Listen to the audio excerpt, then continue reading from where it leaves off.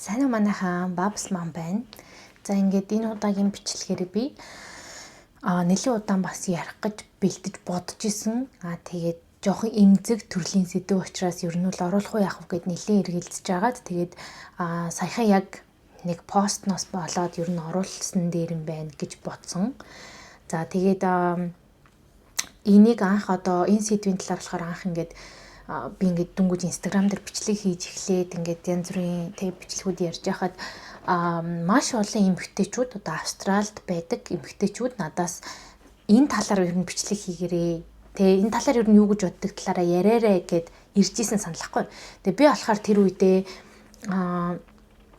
сайн ингээд бас судалж мэдхгүй. За тэгээ дээрээс нь яг яндад өөрт тохиолдсон л ер нь кейс. Тэгээ тэрийг нэг ил гаргаж ярьдаггүй байхгүй юу. Би тэгээд саяхан нэг яг надтай адилхан нөхцөл байдалтай хүн нэг юм Монгол одоо ээжүүдийн группээр нэг юм бичсэн байсан. Тэгээ тэрийг ингээд хараад ерөнхийдөө за энэ сэдвийг ер нь бас ингээд нэг юм байдаг шүү гэд нэг ярьчвал бас зүгээр юм уу гэж бодсон. Тэгээд хүн нэг ингэж болтгүй юм билээ штэ.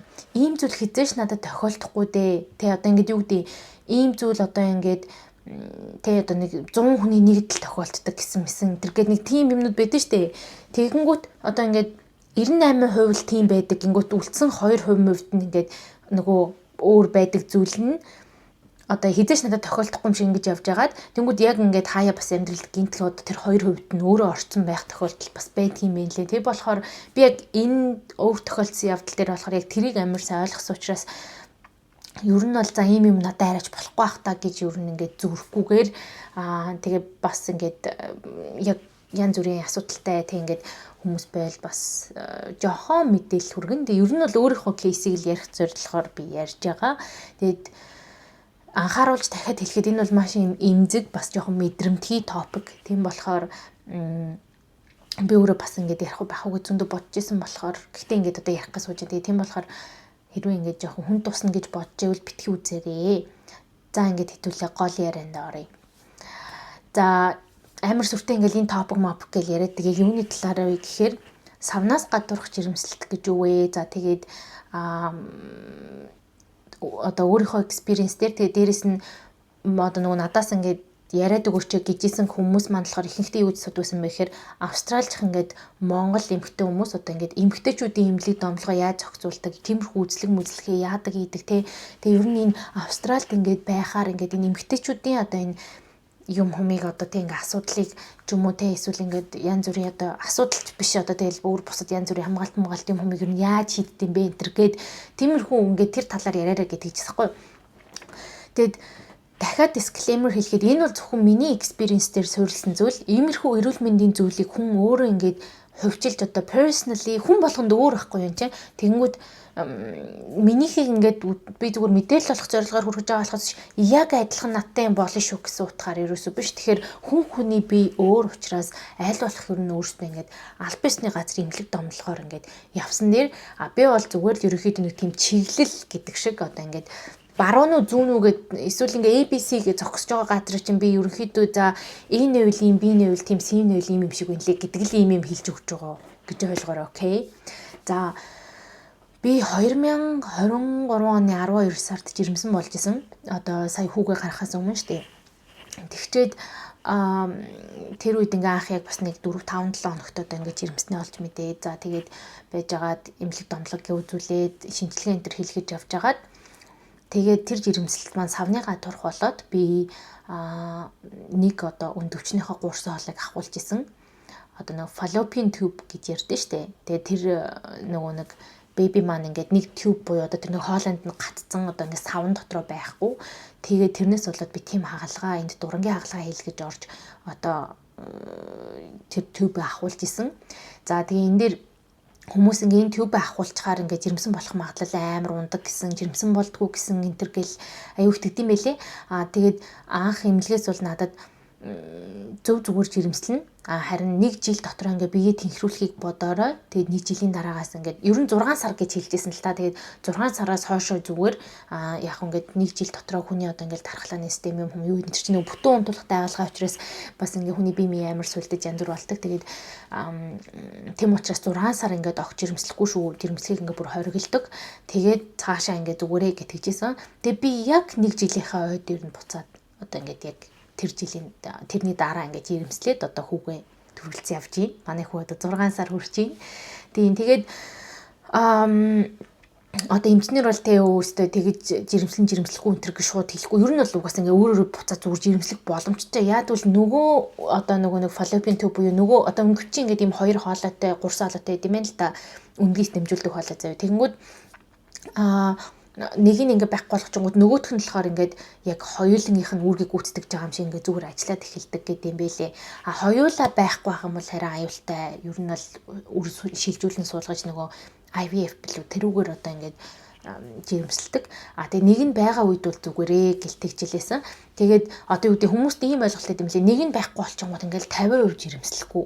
Одоо ингээд 50% жирэмслэх боломжтой. Тэр гээд яг үндэ тийм биш. Нэг 10-аас 15% энгийн нормал эмэгтэйтэй харьцуулахад жоохон багасдаг. Одоо жирэмсэн болох магадлал нь. Тэрнээс биш дахиж жирэмслэхгүй өнтер гэсэн юм ерөөсөө байдгүй юм байлээ. Тиймдээ ч одоо ингээд би яг 1 жилийн дараа ингээд жирэмсэн болоод бүр яг 1 жил заяа. Бүр илүү дотор шүү яг 1 жилийн дараа жирэмслээ. Тэгээд одоо манай хүү төрсөн явж байгаа. За яг юу болсон талаараа анх ярий. Ер нь савны гадуурх жирэмслэлт гэдэг бол одоо анагаахынхаа үед би яг амар сайн ингээл би анагаахын тайлбар хийж мэдэхгүй заяа одоо тэр янз бүрийн хэллэг мэлгэр. Миний ойлгосноор бол ингээд хүүхэд савн дотор байхгүй байна. Одоо ингээд хүмүүсийнхээ очиж үзүүлээд савндаа орж ирээгүй байх гэж тэгдэж штэ. Тэр чинь ингээд яг хүүхэд ингээд орохгүй явж идэг заяа ингээд өндгийгс болоод. Тэгээд зарим нь яг хөө ингээд гацаад ч юм уу, далигаад ч юм уу үр тийш яваад өгд юм байлээ. Тэгээд зарим нь ингээ одоо зарим нь ч гэж одоо ихэнх нь ингээ зүгээр ингээ явцаар байгаа тий өөр ингээ бөмбөрсөөрөөгээд одоо ингээ сав руу н орж ирээд тэгээ ханд нь ингээ бэхлэгдээд тэгээд ингээ томроод мама болно. За зарим гэж одоо цөөн тохиолдолтой ингээ сахилахгүй мама нар бол одоо ингээ явж байгаад үр тийш ингээ гүгээд тэгээд эсвэл ингээ одоо энэ тэнд буруу газар очиж ингээ наалтаад тэгээд бэхлэгдээд ингээ савндаа орж ирэхгүй маш удаад тэгээд ерөөхдөө савны гадуур болдог. За тэгээд савны гадуурх жирэмслэлт гэдэг бол одоо ингээд дан одоо тэ доторх тэр нөгөө мамад гэхээсээ илүү яг өөрийнх нь бие, ээжийнх нь бие буюу одоо энэ жирэмсэн болж байгаа хүнийхээ биед маш хортой, маш аюултай, бүр ингээд аминд халтай тийм аюултай зүйл гэж байгаа. Яад вэ гэхээр савны гадуурх гэдгийг савны гадуурх гэж оншилох гэж бүр амар их юм болт юм байлээ заяа. Савны гадуурх байна уу, зурбалт байна уу? Тэ эсвэл ингээд одоо юу гэдэг өөр одоо янз янзын юм асуудлууд байгаа штэ. Тэдний аль нь байна гэдгийг ингээд ялгаж тодорхойлох гэж бас нэлээд юм болт юм байлээ заяа. Яг ингээд бүр илт мэдэгдэн одоо савны гадуурх энэ байдаг гэсэн. Минийх бол бас ингээд бүр нэлээд ингээд хэдэн хоног ингээд өдөрс хэдэн 7 хоног ингээд сунжирч явж finally нэг юм мэдчихсэн.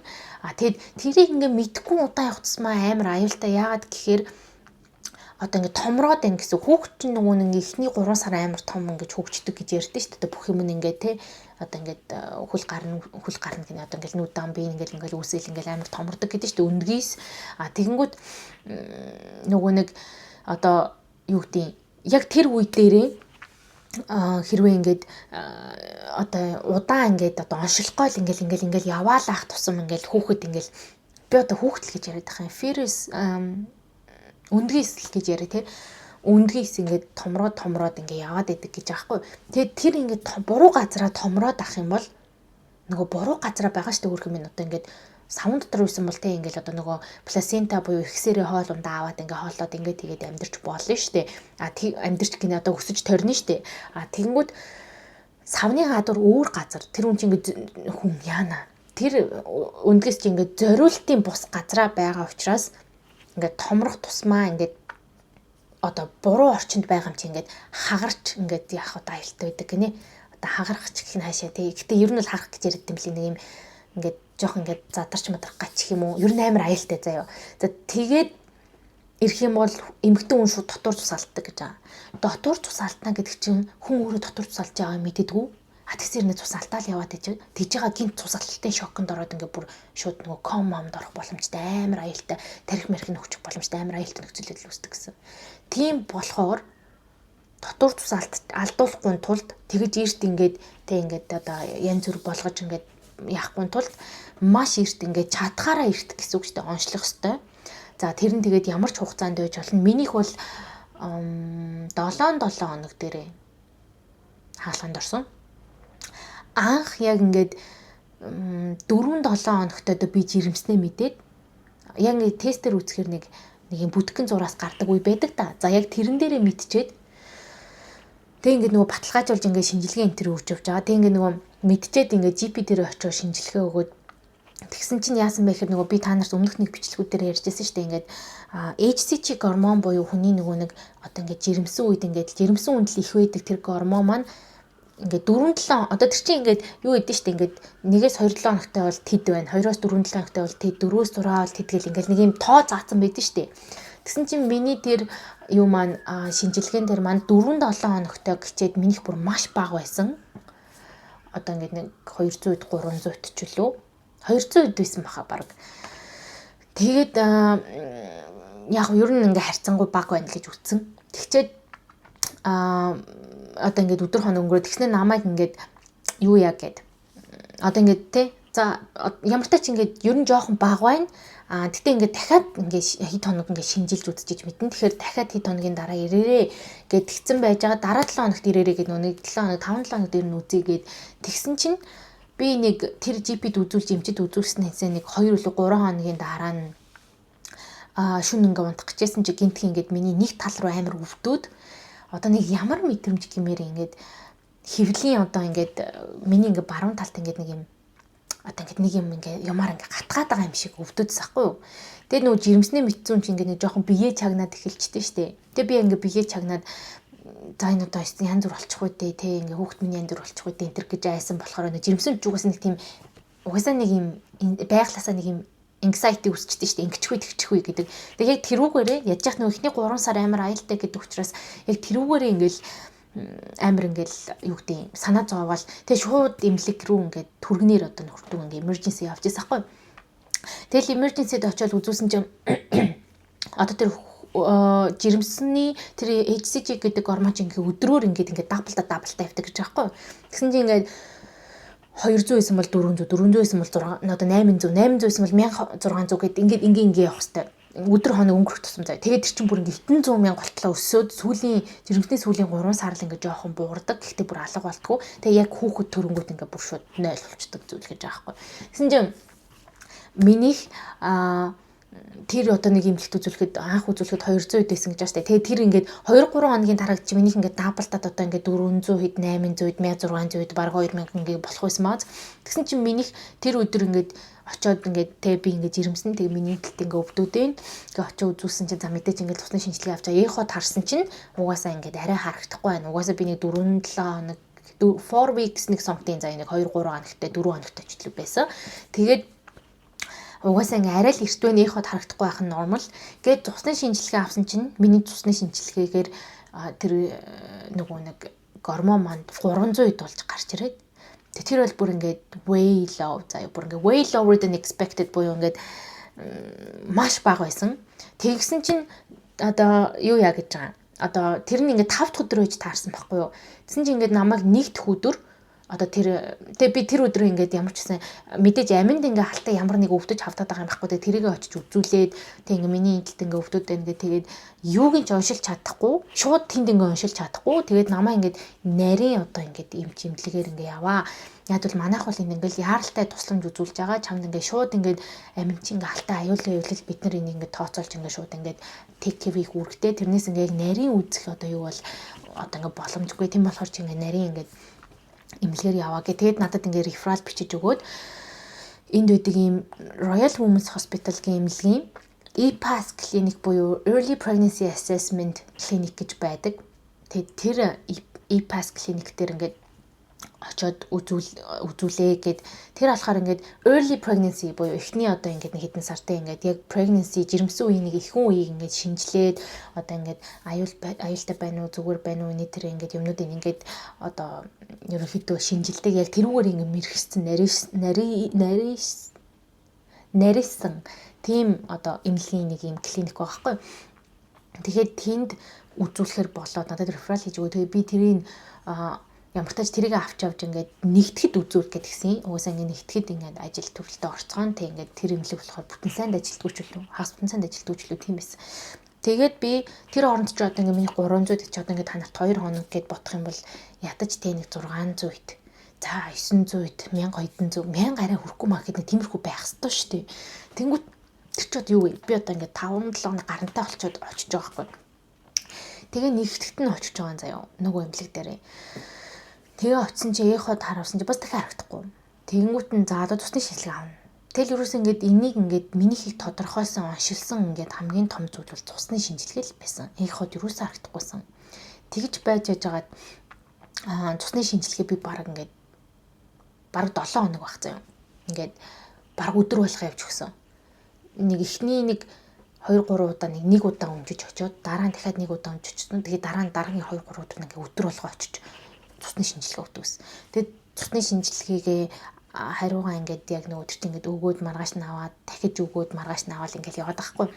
Тэгээд тэрэн дээр нөгөө нэг ингээд 1 төгсөн, 2 төгсөн, 3 шинжилгээ, 4, 5 дахь шинжилгээ гэдэг ингээд бүгдийг ингээд харьцуулаад тэгсэн чи минийх ингээд өсөөд бураа явагдсан зэрэг. За тэгэл ер нь бол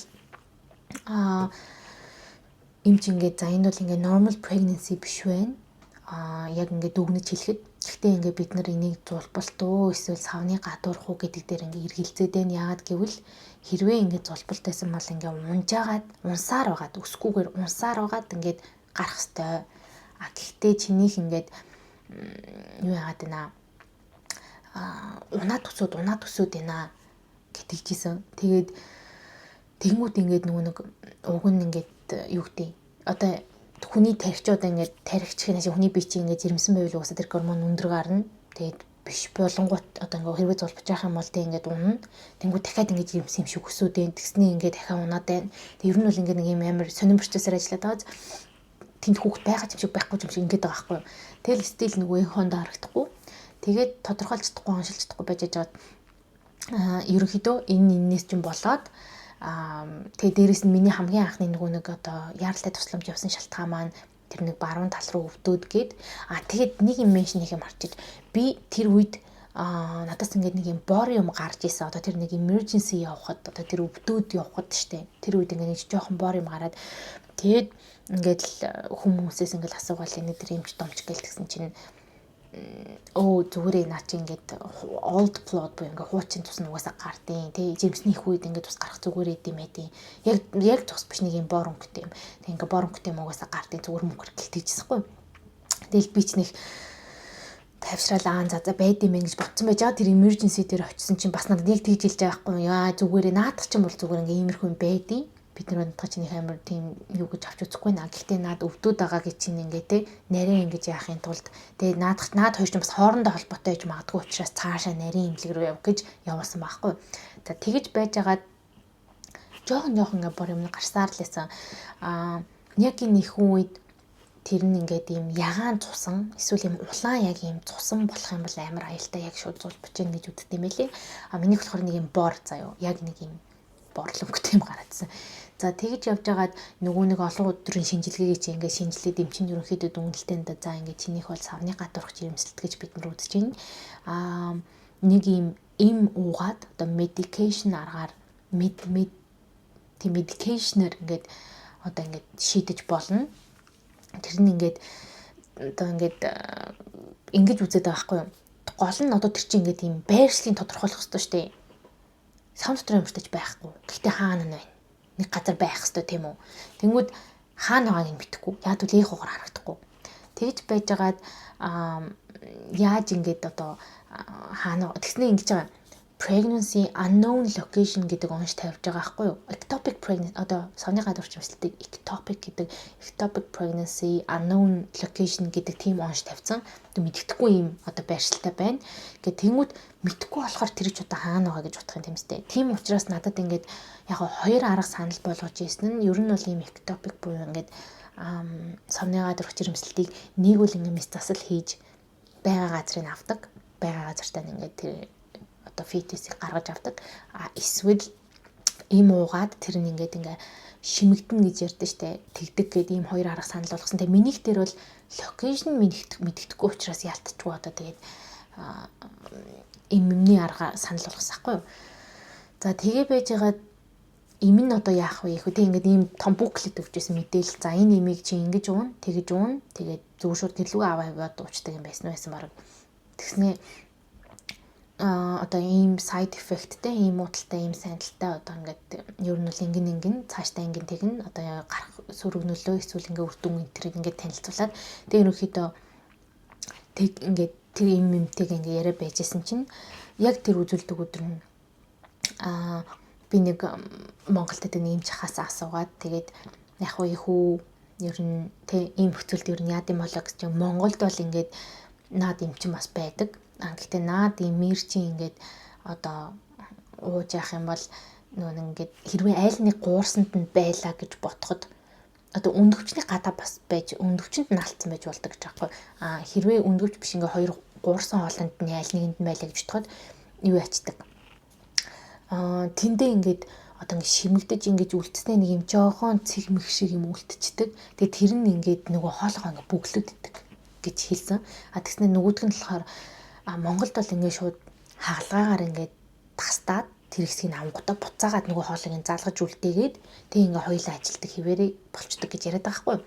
За тэгээд надад бол ингээд хэрвээ аль нэг гуурсанд нь байвал чи шууд хагалгаа илгэсэн дээрээ тэр нь амар шүү. Тэр юмнээс илүү одоо илүү амраа. Одоо амар гэдэг нь арай илүү юу гэдэг үр дүн чиглэл нь хааш үр дүн нь бол адилхан штэ. Гэхдээ арай илүү нөгөө нэг ирээдүйд ингээд хор уршигч бас хайшин тий. Гэхдээ ингээд зөвөр ерөнхийдөө яг ингээд peace of mind тий зүгээр ингээд толгоондоо илүү дутуу юм бодохгүй бай гэх юм бол яг тэгээд тэр нь ингээд нэг мөсөн амар гэж хэлжээс ахгүй. Тэгээд тэгсэн чинь одоо тэр эмнэлэгтэй ингээд би ингээд яахаа мэдэхгүй ингээд байжгаад тэг ер нь баг эмээ авахаар болоо тэг би ясан ингээд яг шийдвэрийг гаргаж чадахгүй ингээд байжгаад тэг би ингэсэн ахгүй. Ажлын цаг яг дуусах төвчээсэн. Тэг би за ер нь ингээд одоо манай одоо хүүхд дэрвээ одоо тэр үед байсан байж тээ одоо ингээд ерөнхийдөө бараг 7 хоног хүрэх нь одоо ингээд тэрний нэг юм процесс ингээд явсаар байгаа 6 нилийн гарна одоо 6-7 хоног нилийн гарч явчихсан 7 арай хүрээгүй тэгээд нилийн ингээд бараг томрохоор болчлоо. Тэгэхээр ингээд би яг нэг удаа ингээд яхад харуулад үзье тэг дахиад харагдахгүй байвал би одоо яг имээ уяа гэд тэгсэн чи өө за тэг болно тий таны сонголт гэл тэгэл намайг эход хартыг. Тэгсэн чинь ингээд баруун талын өндөвчний хоолой нэг масс буюу яг ингээд сайн харагдахгүй заяа. Тэгтээ нэг юм ингээд нэг юм хар ингээд юм нүгэлцсэн нэг юм ингээд харагдаад байна. Маск гэдэг нь одоо нэг юм тий. Нэг юм байгаа юм шиг харагдаад байна. Гэтэл яг байгаа гэж харагдахгүй. Тийм байна. Тийм болохоор бид нар одоо ингээд баруун талын өндөвчний хоолойд байна гэж үзэж байна. Гэт хэлдэг. Гэхдээ стил ингээд яг баталгаатай биш. Гэт тэгсэн чинь за одоо хэрвээ бид нар тэгж үзэж байгаа учраас бид нар одоо ингээд баруун талынх нь одоо тий fallopian tube буюу одоо тэр хоолой ингээд энд болохоор тэгж нөгөө аваад ингээд залгадаг юм байдгүй шууд ингээд авдаг гинэ. Одоо тэр хоолойг нь Монголд бол ингээд буцаага залгаад очдөг гэдэг ба штэ. Буцаага тэгж залгаж оюулахаар тэндээ бас нөгөө ингээд шархал одоо ингээд чи ингээд нэг юм ойдлын тэрүүсээ сорин мориг үүсэнгүүт бас ингээд нэг юм наалдаг гэх юм хаашийн дахиж буцаж тэр дээр нь очиж наалдаж ингээд яах гэдэг тал байдаг гэд жоохон наалдан гэдэг үсгээд идэг гэд тийм болохоор энд бол тийм юм хийдэггүй шууд ингээд бүтээр нь авдаг нэгтлийн хоолойг ин гэж аахгүй залах малах юм байхгүй. Тэгээд бид нэр ингээд баруун талыг чи авнаа. Одоо тийм сонголт гарч ирлээ. Та тэгээ өөрөө сонго юм уу хагалгаанд орох уу. Тэгээ ажлын цаг дуусгаас өмнө нөгөө нь хэлүүлсэн маань яг бол бид нар ингээ хугацаа алдмааргүй байна. Одоо ингээ батлагдчихлаа баг тийм ингээд мас харагдж байна гэдэг чинь тэнд байна гэсэн үг. Тэгээд ер нь бол тийм батлагдсан учраас одоо ингээд шууд арга хэмжээ авахгүй болохгүй хаад үл одоо өдөр хоног ингээд алдаж болохгүй маш аюултай гэх. Тэгээд ажлын цаг дуусахаас өмнө хариу гаяларэ гэх. Тэгээ би нөхөртөө ингээд яриад бодоол ингэж байж байгаа л гэр ихэнтэй ярьж марж байгаа. За ер нь юу яа шууд юу хэлгээ хаалгаа хэлгээ гэж шийдээд тэгээд одоо тэр чинь 5% ажил дуусах жил байлаа. Тэгтээ нэг 3 өнгөрөөгөөд хэлчихсэн 4гээд нөгөө эмчтэй за би ингэхэр шийдлээ гэх. Тэгсэн чинь тэгээд шууд тэр өдөр нь ингээл намайг хаалгаанд аваад орсон. За шууд ороод тэгэл нэрээ шууд таалгаа гэдэг хэлсэн шүү дээ баг. Тийм тэр оройно шууд ороод тэг яг тэр өдөр нь тэр жилийн 12 сарын 23 муран байж таарлуу. Тэгсэн чинь нөгөө нэг Крисмас болох гээд тэг ингээд би нөгөө бүтэн оркостой орсон. Тэгээд ямар тач баруун талд нь байсан. Тэгээ нөгөө оркосноос сэрээд ингээд дүнгууд ингээд гарч ирсний дараа би ингээд нүдээ ингээд нэг ингээд сэрээд ингээд нэгэ харсан чи хаалганы дараах өрөөнд нөгөө юм мод цацсан байсахгүй шинэ жилийн Christmas tree. Тэгээ ингээд гэрлэн ингээд хасаал ингээд харагдаал. Тэгснэ тэр имлэн ингээд цонхон дээр нэг юм санта манта наацсан. Тэгсэн чинь би тэрийг хараад амар гэрээ санаал амар уйлал заяо.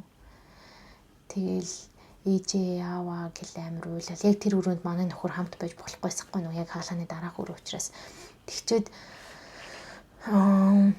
байжсэн чинь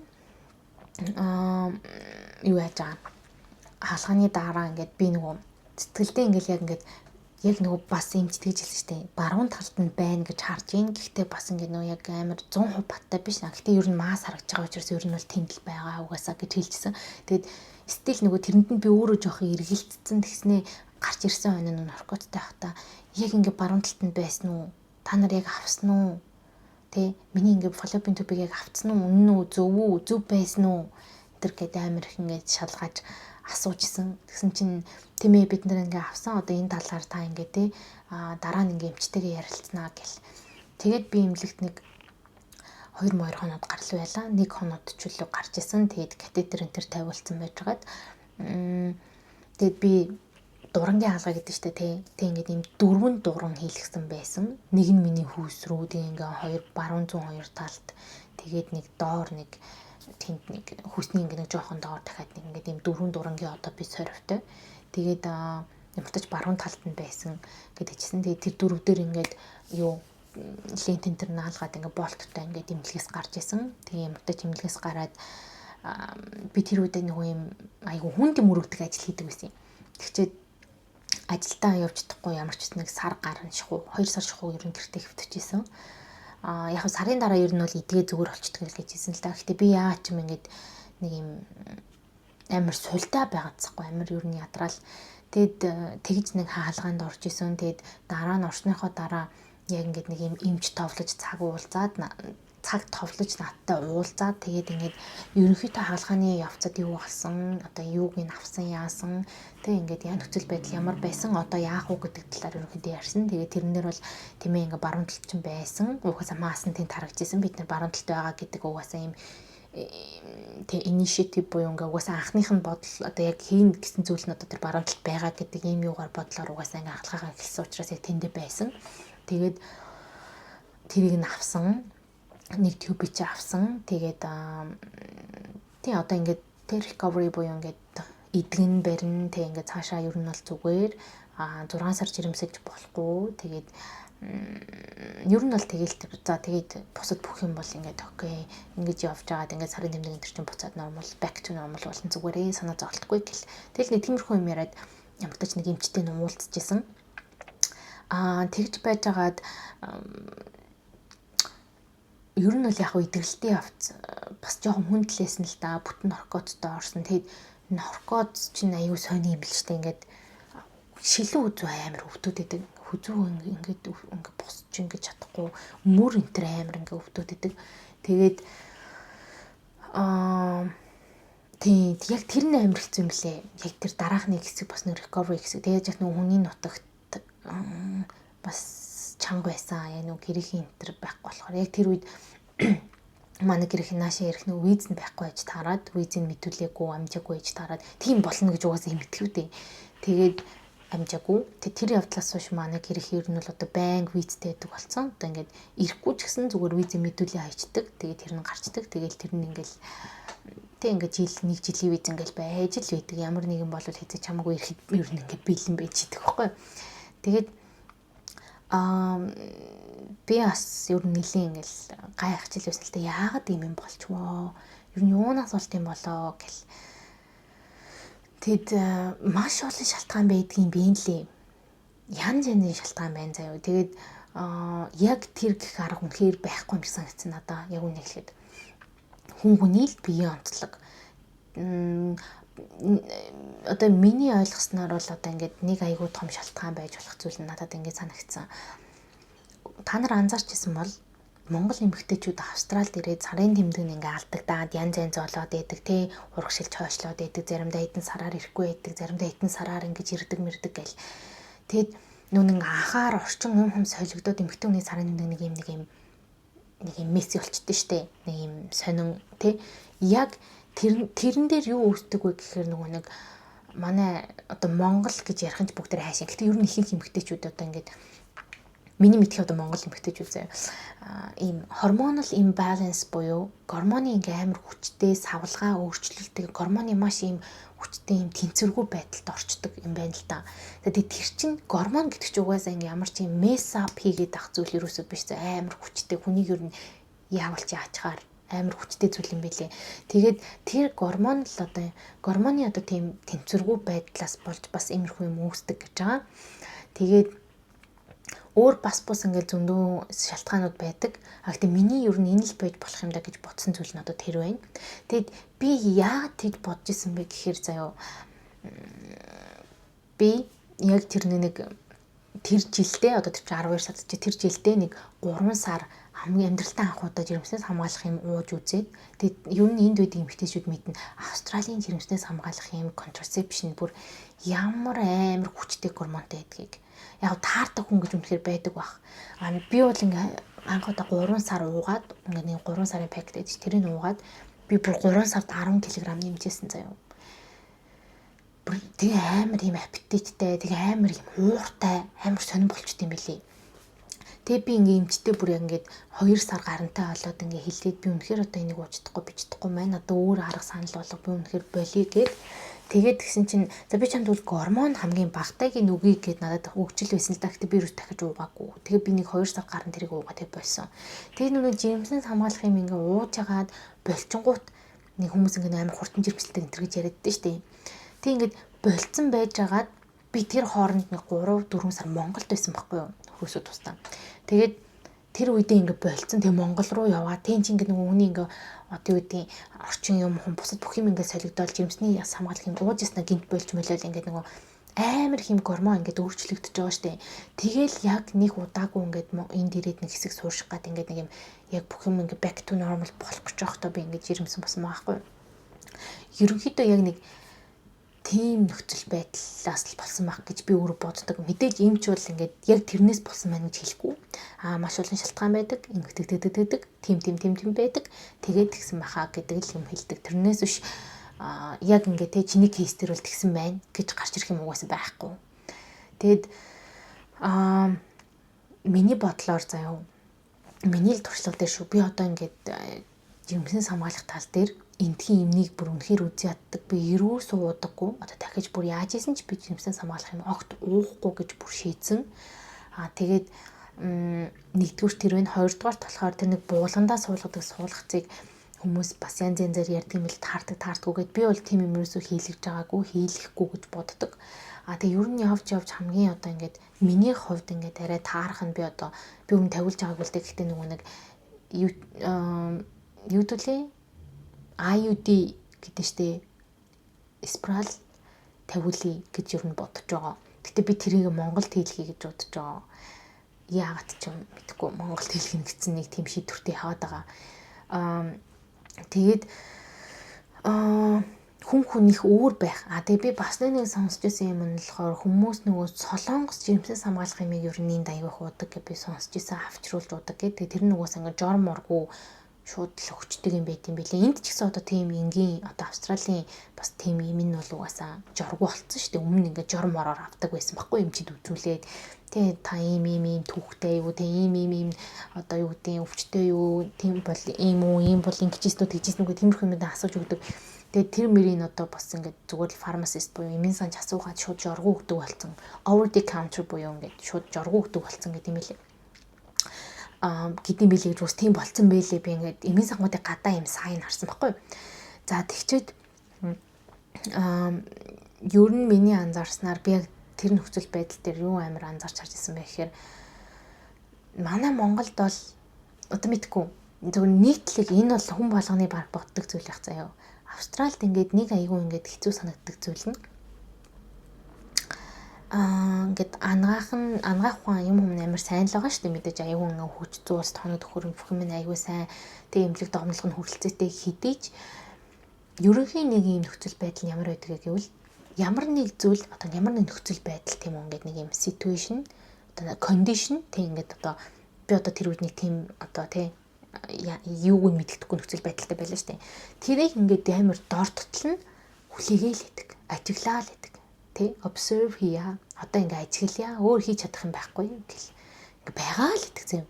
Тэгэл тэнд ингээл ямар нэг юм болоод одоо тэгчлээ би ингээд байна те баг цусаалтаад байна. Би одоо энд өвдөд байна. Би одоо энд ингээд байна те миний энэ ингээд байна гэж л амар юм сериусны бүр ингээ нүдэнд нь харагдаад яа ингээ шууд өвтгөөр л очихгүй бол өвтгөөр ингээ очиж одоо ингээ нөхцөл байдал бүр ингээ хүндэрсэн байдлыг ингээ харуулж ийж мэдрүүлж ийж биен дээр гарч ирсэн хойно л тэр хүмүүс ямар нэг юм хийдэг юм шиг санагдаад идэв надаа.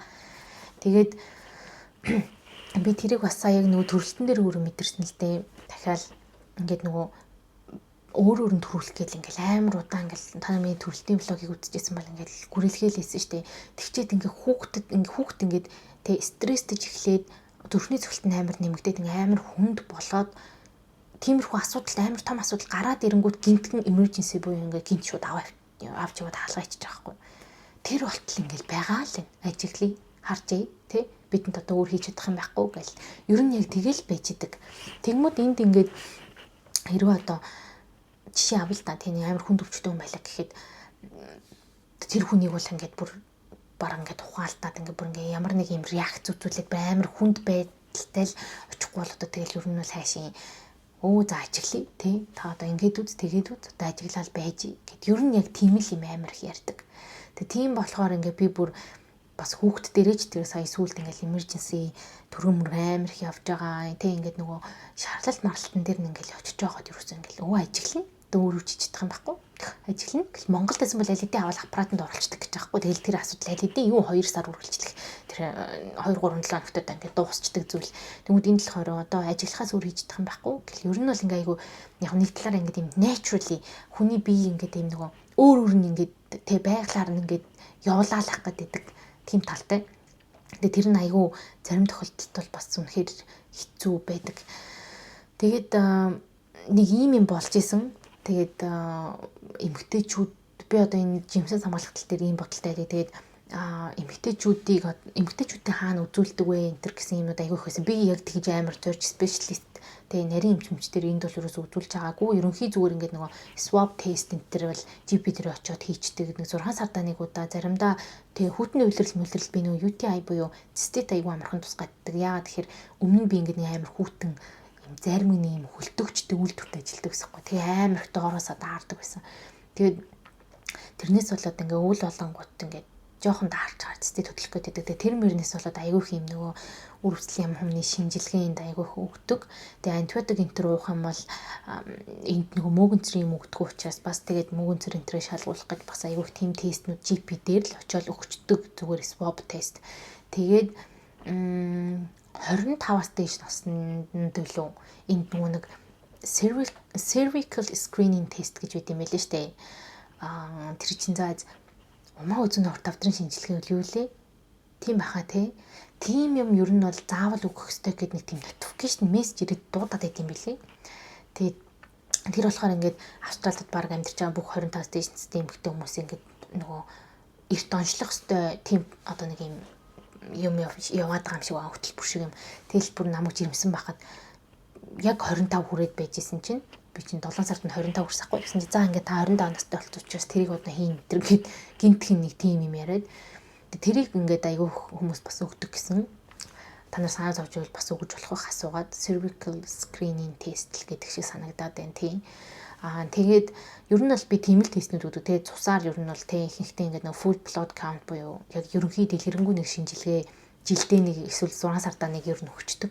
Тэгэл дандаа GP дээр зүгээр тэр swab тесттэй л үгүй яваад байдаг. Тэгээд тэн дээрээс чи ингээл нэг ямар нэг бактери өрөвсөл одоо юу гэдэг тиймэрхүү хүн байна уу? Тийм тохиолдолд одоо юу эргэлэх үү яах вэ? GP ерөнхийдөө хянаад өгчдөг. Бүр амар юм нарийн те үзүүлээ энтер гэж бодож байвал яг ингээд GP-тэй хэлээд өөрөө ингээд юм реферал аваад очиж болох баг. Би бол ерөөсөө одоогор тэгж үзүүлж байгаагүй. Тэгээ бас нэг юм нь болохоор спираль тавиулах тал дээр, спираль ахуулах тал дээр бас ингээд асуудаг юм лээ. Миний мэдхийн зэ Медбанкт нэг Жасмин нөлөө нэг тийм GP-ийн эмч байдیں۔ Одоо би байдаггүй юм мэдэхгүй байна. Өмнө нь Медбанкт амьдардаг байхад байдаг гэсэн. Тэр эмч лав спираль авдаг. Тэрийг би маш олон хүнээс ингээд сонсч байсан. Тэгээ би дандаа Медбанкт амьдардаг байхад тэр эмчтэй очиж үзүүлдэг байсан. Айгуу сайн эмч гээд. Тэгээд ер нь бол яг ингээд спираль авдаг GP дээр очиод зүгээр цагаа буклээд ингээ ахуулцдаг. Спираль тавиулахыг нь би яг сайн мэдэхгүй байна заяа. Яг бол би Австрали дээрсөө тавилж үзээгүй. Тэгэд энд одоо нөгөө би төрснөөхөө дараа ингээд нөгөө contraception буюу ингээд жирэмснээс хамгаалах ямар арга байна нэ тэр гээд ингээд эмчтэйгээр ярьжсэн чинь тэр IUD тавиулж болно гэ. Тэгээд цаг авах гэсэн чи төрөх эмнэлэгт маань одоо энэ 26 оны 8 сард буюу одоо намайг төрснөөс жилийн дараа цаг байна гэх. Тэгээ би нэг цаг авцсан байгаа. Гэхдээ тэрнээс өмнө би баруун Монголд очиж тавиулчих байх л гэж бодож байгаа. Тийм. За ер нь бол нэг тийм байна.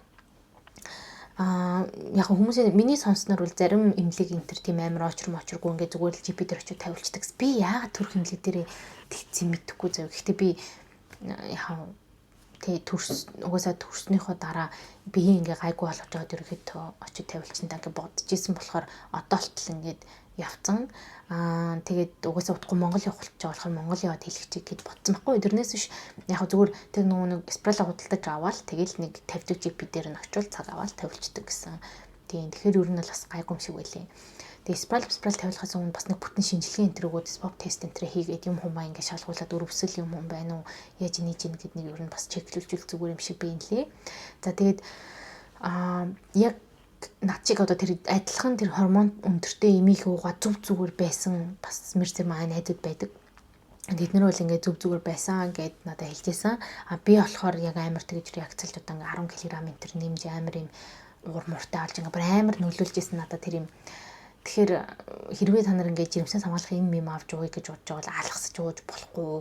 Яг л нэг цагтаа өдөрт тэгэл яг л дандаа ингээд тогтмол ууж явах хэвээр.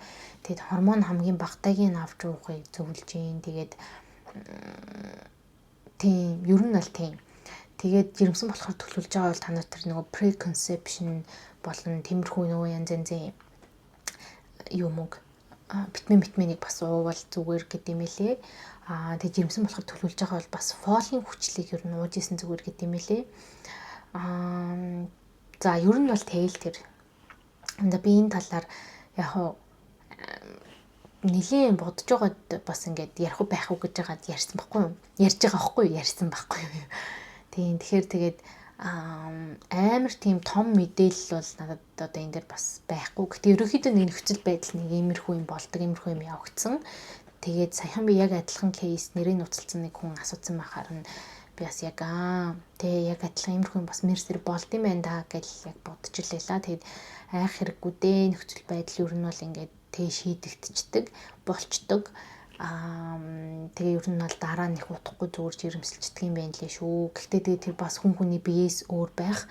Минийх бол яг ингээд жилийн дараа ингээд жирэмсэлсэн зүгээр байсан. Тэ дараа өөр хүнийх дээр магадгүй бас өөр байж магадгүй. Тэгэхээр тэрийг бас аягүй сайн бодолцоорой. За нэг иймэрхүү байна. Нэлийн удаан ярьчихлаа. Уг нь хурдан л дуусгая гэж бодсон юм. За тэгээ хэдүүлээ дараагийн бичлэгээрээ уулзцаая. Тэр баяртай.